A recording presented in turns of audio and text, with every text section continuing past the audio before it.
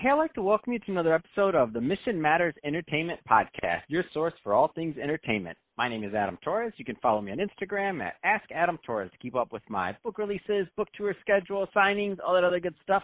Always love to connect with you there. And as always, if you'd like to apply to become a co-author of one of my upcoming books, just head on over to the website, missionmatters.com, and click on Become an Author to apply. All right, so today is a very special reunion 2020 episode. What is that? That's when I had a guest on in the past, and I liked them so much I had to bring them right on back. So today's special return guest is Curt Cuscino, who is founder and CEO over at Hype Life Brands. Curt, welcome back to the show. Thank you. Happy to be here.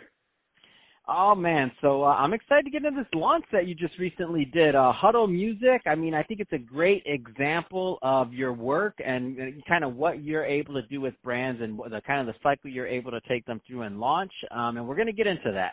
But just to start out with, I don't want to assume that some of our newer listeners caught your last episodes with us. Let's just start off with what you're doing over at Hype Life Brands. Tell us a little bit more about the company, please.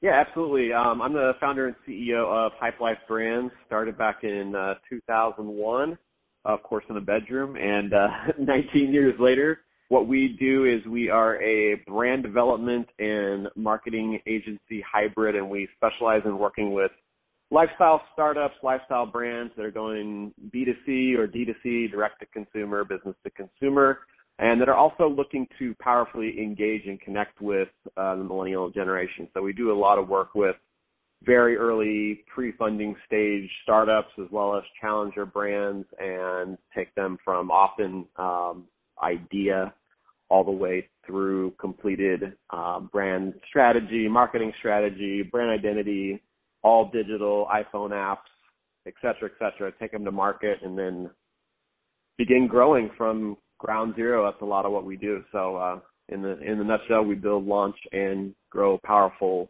lifestyle brands here that are focused on helping improve the life of millennials.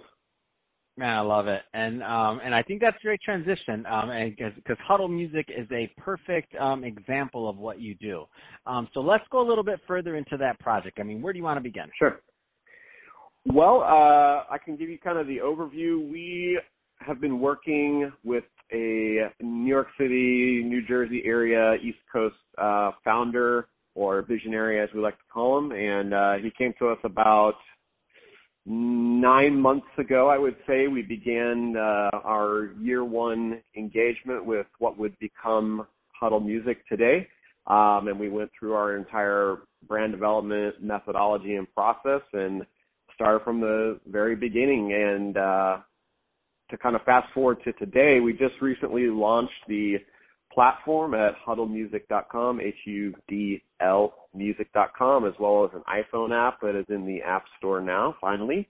And we are beginning to grow the customer base and beginning the next part for any new lifestyle startup, which is really about, customer acquisition and growing your audience. And that's, again, a big focus of what we do. So we're just getting into that now and starting to get traction and growing that baby. So I know this is going to vary, of course, from company to company, from idea, from niche, but there's a lot of people listening right now that would like to, grow brands. They want to grow lifestyle brands. They're focusing on the millennial market in particular. What are some of the I don't want to use the word challenges, but what are some of the opportunities there? What do you think that you see people do right sometimes, and sometimes it's just like they're way off the mark? Yeah, that's a good question. To try and summarize that, I would say one of the biggest things is really, first of all, knowing the audience, and that's something that our clients come to us for, but understanding some of the peculiar nuances of millennials. And I myself am a kind of an elder millennial, or I'm in that kind of foggy zennial term that's floating around out there where people aren't sure where Gen X and millennials end and begin.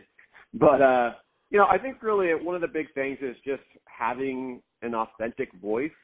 And I think another thing in our world is that we focus really intensely with clients that we decide to take on is the idea of starting with why and not with what, because starting with why, which comes from, Simon Sinek, if you're into TED Talks and great reading, and has been a a pillar of our world for literally 10 years or so now. It's just a powerful place to come from in, when you're creating a brand, it's this inanimate, intangible thing. People get brand and branding and logos and websites and get it all confused, but brand is the biggest kind of intangible umbrella. It's the thing that it's what people say about you when you're not in the room. And when I say you, I really mean your company, your brand. We use the term startup a lot, but every new business that is started is a startup, whether it's, a single retail brick and mortar or what most of our clients are more launching nationally or sometimes even internationally, going after a larger audience because they see and they have expertise in this big cosmic problem that their idea, once brought to fruition, will be this lifestyle brand, this lifestyle startup. They really think that they've got something that can help improve the world, and that's just a part of our criteria too for who we do and don't take on. But at the end of the day, I think to, get back to your question, I think authenticity is a big one. Just really knowing how to speak to millennials and not talk at them, but talk with us. And a lot of brands, big and small, have a hard time dealing with that or handling it or managing it or what to do exactly. And I think it's a lot of, jumping the cart in front of the horse, trying to advertise when you don't have a good marketing message, and you don't have a good marketing message because your brand isn't really connected to why in the first place. So all those things combined, I think, are at least important to consider when you're trying to engage millennials. So you've been in this digital space and also physical space for quite some time. I guess when you think of the whole cycle of where digital marketing, all this in this industry has gone. So you've been doing it a long time. 19 years is ancient in this world. That being said, and we're about the same age, so I'm not saying you're ancient, but I'm saying for digital marketing, like it's ancient. But that being said, any interesting trends that you're noticing from your vantage point, just in general, that you care to comment on? Like anything interesting going in the marketplace where you're like, oh, this is pretty sharp? Oh, we don't have enough time on this interview for that. I would say one of the common themes that we hear is some of the platforms that might seem like the flavor of the moment or have been the flavor of the moment, and we have cast a wary eye to, the Snapchats, the Facebooks of the world. We often hear when we talk to, and I talk with, a founder, a co-founder, sometimes a CEO of an existing company or brand, but start to hear concern of, well, we're spending money here and, we're not really sure we know what we're doing in this space, but we're really not seeing much results. And there's a lot of characteristics and nuances of each of these platforms and the type of, human beings that they attract. We kind of like to use the term humans instead of consumers, even though that's the business version. But, the humans that it attracts and the type of audience that these platforms have fostered over. I actually just got off the phone before this call with someone internal to Twitter, and I was asking them, this has been around for 15 years or so, I think, right? Because I've been an early adopter, and we've used it as an agency and still believe in it to this day. But yeah, I think people getting more aware of, hey, just because everyone's doing it on this particular social media platform and spending dollars doesn't mean that the results are really there to merit it. We love what we can do on things like Google PPC, that are 10, 20 times more profitable at the end of the day for clients when everything is optimized when compared to dollars spent on, the social media, something like a Facebook or an Instagram even, so it's all about a mix and, marketing mix and goals and all that. But, you get 1-2% on one platform and 10% that's creating ROI on another platform, which are you going to choose? Yeah, I think that's a huge point. I can even just say it. I mean, you've been in this business and game much longer than me, but I'm going on my 4-year mark, and I can say my maturity level in terms of understanding platforms and also spend and other things like that. You're right. Mm-hmm. Each one is different. It's not what's better or what's worse. It's literally going through each one and testing and seeing what matters, and because we have obviously different products and different things we do here, right? And right. certain lead funnels or certain areas that we are more active on than others are good for one product, but they're terrible for another or for another thing, and it's like exactly. And it's night and day. It's like one, it's like wow, we're knocking it out of the park, and then another one, it's like man, we have zero traction.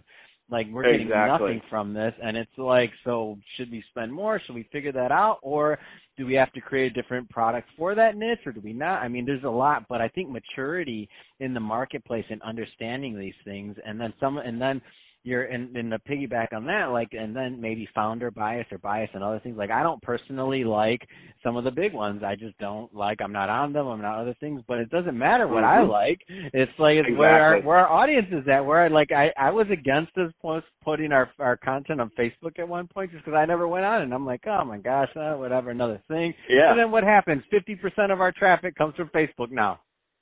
Right, not even paid, organic, not even paid. So yeah. it's like, that was my dumb self. Like, I'm picking on myself here on this one. And I'm doing that for the benefit of the founders listening. Exactly. Yeah, the data will tell a lot, and that's the thing that people. I feel like I've heard everything, if we hear from a founder like, oh, hey, I was trying $1,500 here or $300 there or whatever, mm-hmm. and it's just like, well, that's going to add up significantly. What did you get from that? And the answer mm-hmm. is usually in those cases is like, well, nothing. Did you sell any product you were trying to sell there?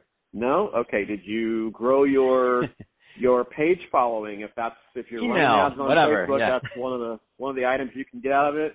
Nope, didn't do that. Then you should stop. I mean, you should stop. It's like your mother said. If everybody's jumping off a bridge, would you? Nope, I'm out.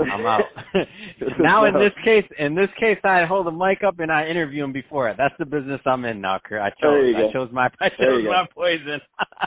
So that being said, I can rap with you about this all day long. But that being said, if somebody's listening to this and they want to connect more on Hype Life Brands, a 2-part question. Number 1, what are the right types of companies and or niches that you like working with? Number 1. Number 2, what's the best way for them to reach out?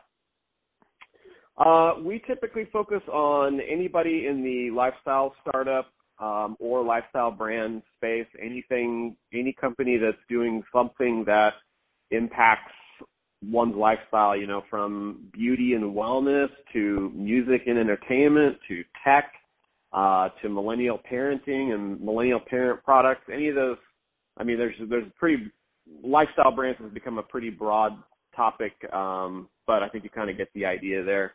And anybody that is focused on business to consumer growth and marketing, that's what we're all about. And if you're trying to reach those tricky millennials, that's a deep area of specialization that we have.